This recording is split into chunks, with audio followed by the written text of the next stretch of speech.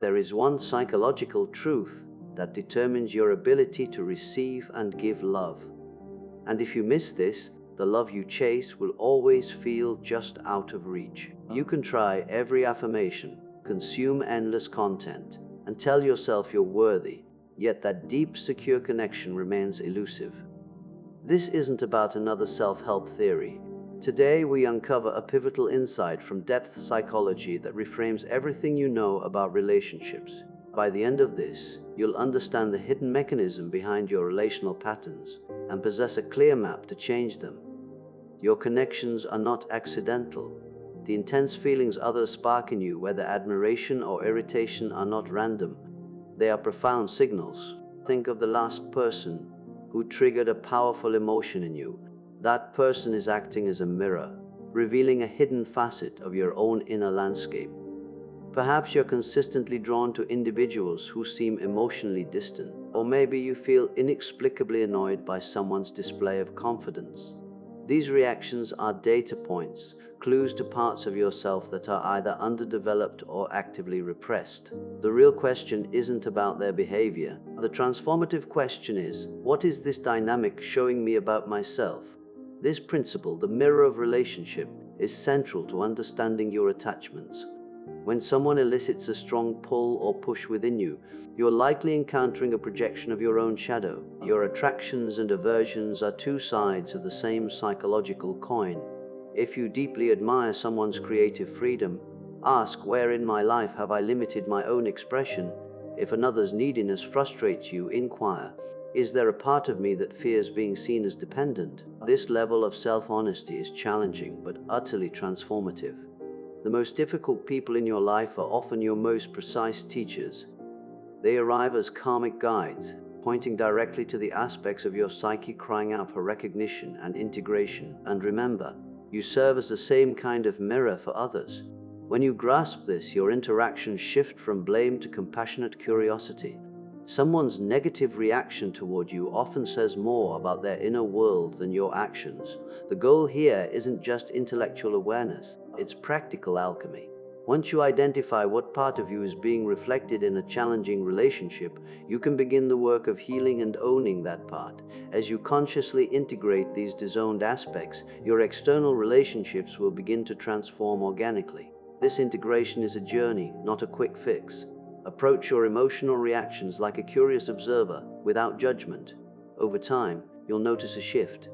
The people who once triggered you will lose their emotional charge. You'll stop attracting partners who mirror your old wounds and start connecting with those who reflect your growing wholeness. Genuine love becomes possible only from this place of internal completeness. When you love from fullness rather than lack, relationships become gardens for mutual growth, not desperate wells to quench your thirst. You no longer need someone to fill a void. You are already whole. The part of yourself you reject is the part that sabotages your chance at love. Consider the traits you dislike in yourself, the ones you hide. That is your shadow territory. Until you make peace with it, you will unconsciously project your insecurities onto every potential partner. For instance, if you judge others for being arrogant, you might secretly fear your own sense of superiority. If you're drawn to people who make you feel insignificant, a part of you may doubt your own worth. Integrating your shadow isn't about achieving perfection, it's about moving toward wholeness. Only by accepting the full spectrum of your being can you engage in authentic love. Your shadow isn't just your bad traits, it also holds your dormant talents and repressed strengths. When you reject these fragments, you build an invisible wall against deep connection. But when you embrace your totality, you stop seeking love as an external reward. You become a source of love. From that foundation, true connection is inevitable. This fragmentation drives us to seek in others what we deny in ourselves. Every harsh judgment you cast on another person is a confrontation with your own mirror. That irritating quality you see in them is a reflection of something within you that remains unacknowledged. Pay close attention to your strongest emotional responses. They are your richest guides. You might resent vulnerability in others because you're terrified of your own tenderness. Or you criticize relentless ambition because you haven't permitted your own desires for recognition to breathe.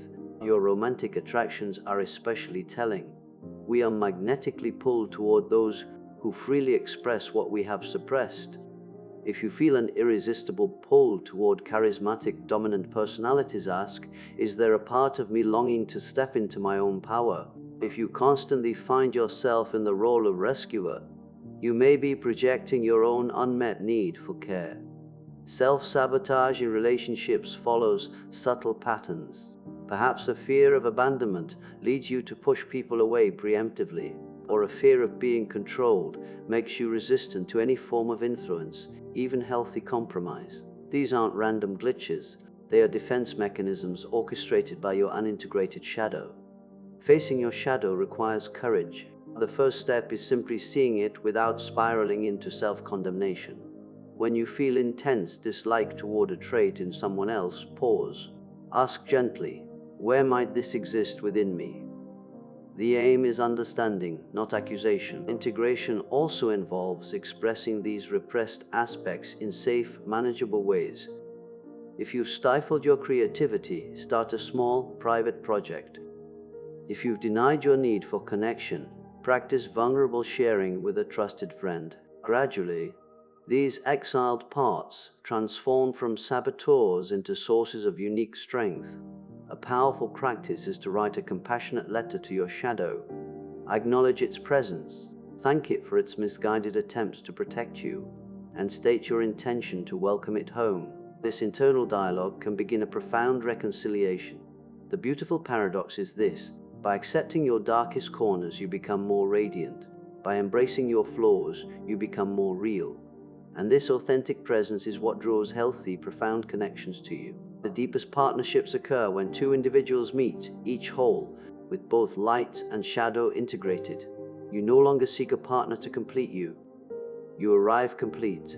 You stop projecting your fears onto them because you've made peace with those fears within yourself.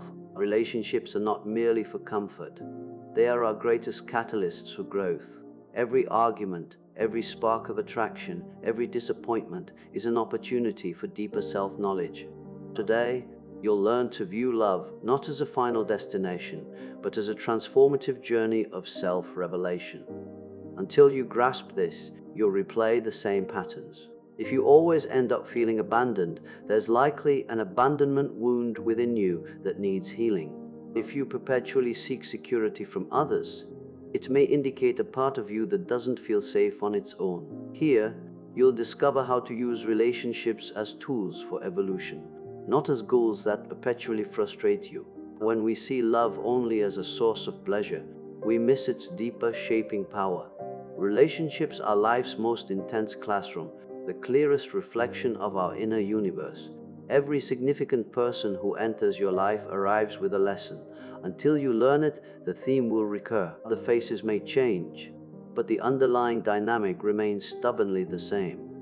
Your relational history is not a series of accidents. Look closely, and you'll find recurring motifs tying together seemingly disparate experiences. Maybe you consistently attract partners who are emotionally unavailable, or you find yourself repeatedly trying to fix or save someone. These patterns are not bad luck. They are urgent invitations for introspection, signals pointing to internal wounds craving acknowledgement. Our earliest attachment experiences wire these patterns. If love felt inconsistent in childhood, you may unconsciously seek that same instability in adulthood because it feels familiar, even when it's painful.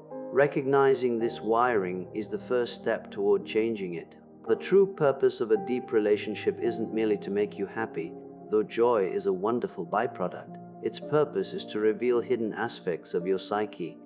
In intimacy, your deepest fears, defensive strategies, and unspoken longings rise to the surface. Love, therefore, is less about finding the right person and more about becoming a person capable of loving consciously, deeply, and without fear.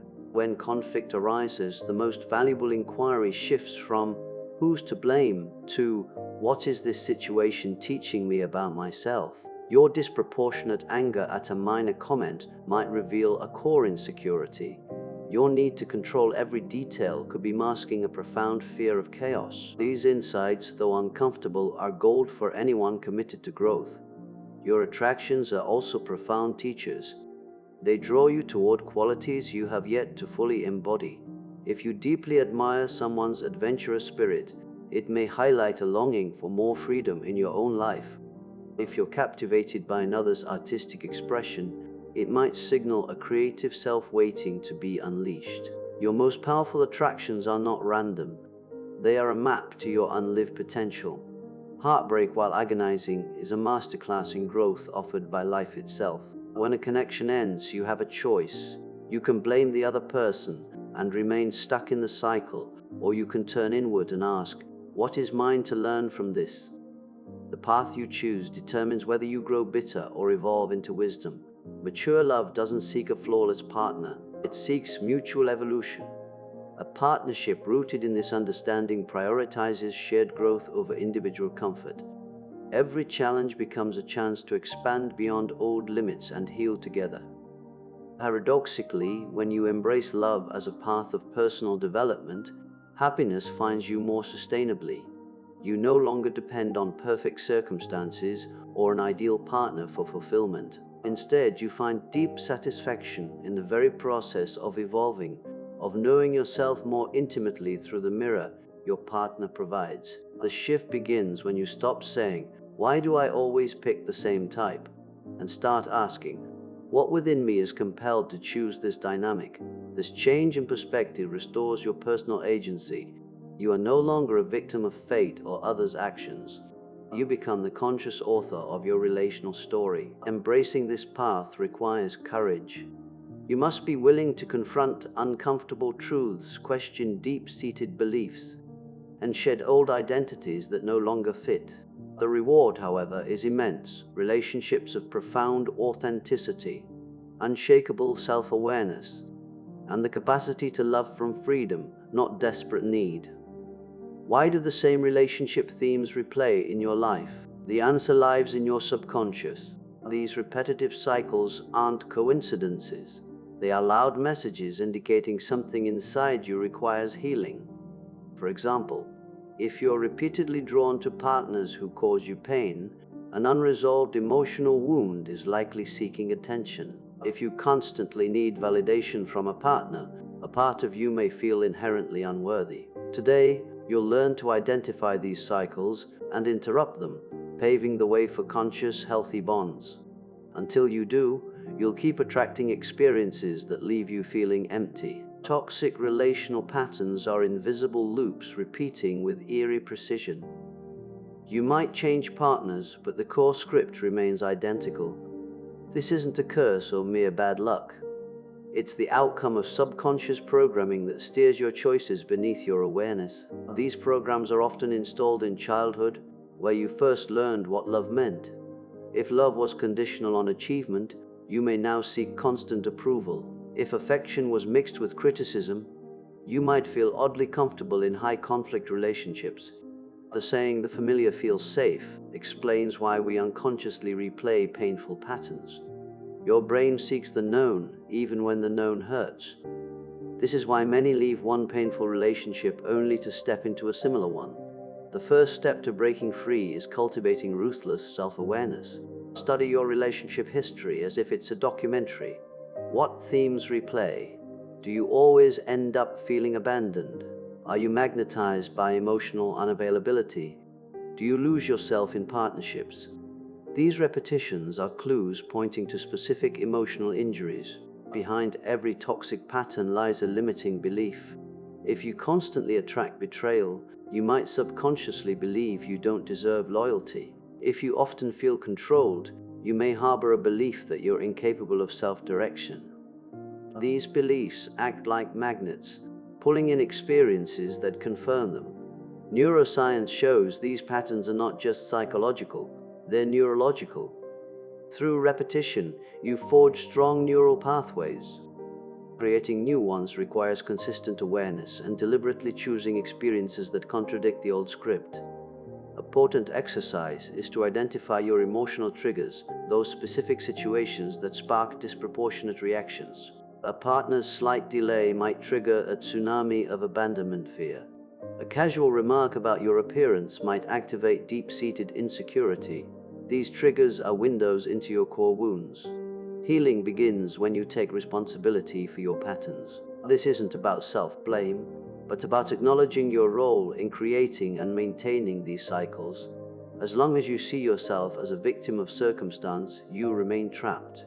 Your power to change emerges only when you assume authorship of your story. Breaking patterns requires reconnecting with your body's wisdom. Relational patterns can be addictive. Learn to recognize the somatic signature of an old, toxic attraction, that intense, addictive rush, that false sense of knowing. This awareness creates a gap between impulse and action, allowing for conscious choice. A crucial step is establishing clear boundaries with others and, importantly, with yourself. If you tend to lose your identity in relationships, create non-negotiable rituals that maintain your self-connection. If you're drawn to narcissistic traits, predefine what behaviors you will not tolerate. Boundaries are acts of self-love that disrupt self-sabotage. Real transformation happens when you dare to choose the unfamiliar. If you've always been drawn to drama, a calm, stable relationship might initially feel boring or unsettling. This discomfort is normal. You're forging new neural pathways. Remember, breaking patterns is a process, not a one-time event. There will be regressions, moments the old pull feels overwhelming. Each time you recognize the pattern and choose differently, you strengthen the new path. Your brain's neuroplasticity is your ally. Every conscious choice literally rewires you. The ultimate goal isn't perfect relationships, it's the awareness that allows you to choose freely. When you're no longer a puppet of unconscious programming, you can create connections that reflect who you are now, not the wounds of your past. You can love from wholeness, not lack, from freedom, not compulsion. Authentic love isn't something you find outside, it's something you cultivate within.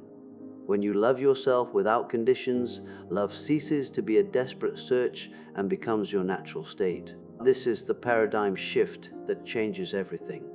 Because until you understand this, you'll keep looking externally for what can only be found inside. Love is not merely something you give or get, it is something you embody. And when you live from that truth, your relationships stop being sources of suffering and become expressions of your essence. We've been raised on a narrative that love is external, a force that finds us if we're lucky. This romantic tale, while beautiful, places us in a passive, dependent role. We wait to be chosen, seen, and loved. This perspective inverts love's true nature. Genuine love springs from within you, like a well, not something you must extract from another person. When you depend on external sources for love, you create a perpetual state of scarcity. Like a cup with holes, you can never be filled. Love from outside is always temporary, conditional, and limited by another human's capacity. The shift occurs when you realize you are the primary source of your own love experience. You need no one's permission to love yourself. You require no special qualifications. Self-love isn't a reward for being good enough. It is your birthright, your natural state, once you remove the barriers you've built against yourself. Practicing unconditional self-love is revolutionary in a world that taught you to value yourself based on output, appearance, or achievement. It means honoring yourself in failure as much as in success.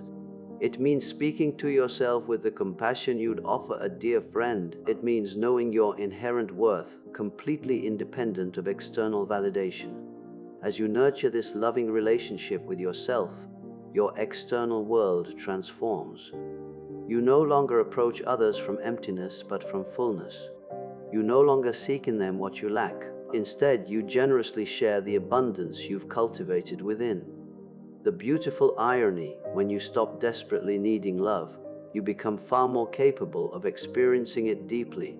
Your relationships then become spaces for expansion, not completion. You don't seek someone to make you happy. You share the happiness you've already built. You don't expect another to heal your wounds. though you may heal alongside them. You don't depend on another for your sense of value, though you celebrate the value they see in you. This shift transforms your very attractions. When you operate from lack, you attract mirrors of your unhealed wounds. When you operate from wholeness, you attract reflections of your integrity, resonating at the frequency of self-love. It's the difference between an attraction based on addictive patterning and one based on genuine affinity. Self-love is not narcissism. In fact, it's the antidote. Narcissism springs from profound insecurity, an inner void craving constant validation. True self-love arises from recognizing and honoring your complete humanity. It lets you see others with clearer eyes and greater compassion, because you're no longer projecting your unmet needs onto them.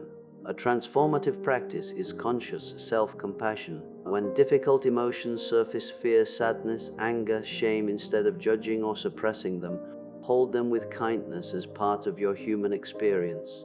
This radical acceptance changes your relationship with your inner world and, by extension, with everything outside you. Remember, love isn't a final destination you reach, it's a daily practice. Some days, loving yourself will feel difficult. Old, critical voices may resurface. Don't be discouraged. Every moment of awareness is a new chance to choose love again. Each time you reconnect with yourself after a moment of inner discord, you strengthen your capacity for authentic love. The greatest paradox is this: when you stop seeking love as something you lack, you discover it was always present. Like a fish desperately searching for water while swimming in the ocean, you have been immersed in love all along. Your task is not to find it, but to recognize it, allow it, and express it first toward yourself, and then, naturally, toward everything around you. This is the secret echoed by wise voices throughout history. Love is not merely an action, it is your fundamental nature. And when you live from that truth, every relationship, every encounter becomes an expression of that essence. Love is not a prize awarded for being enough. It is the state that emerges when you fully accept yourself, light and shadow alike. No one will ever love you more deeply than you are capable of loving yourself. That is the key. When you truly understand this, love stops being a frantic search and becomes the very atmosphere of your being. If this insight landed for you, share it with someone who needs this mirror. And if you're ready to continue transforming your life from the inside out, subscribe to Winds of Thought and tap the notification bell. Remember, love isn't something you find, it's something you build within. And that construction project begins now within you. Thank you for journeying with me. I'll see you in the next video.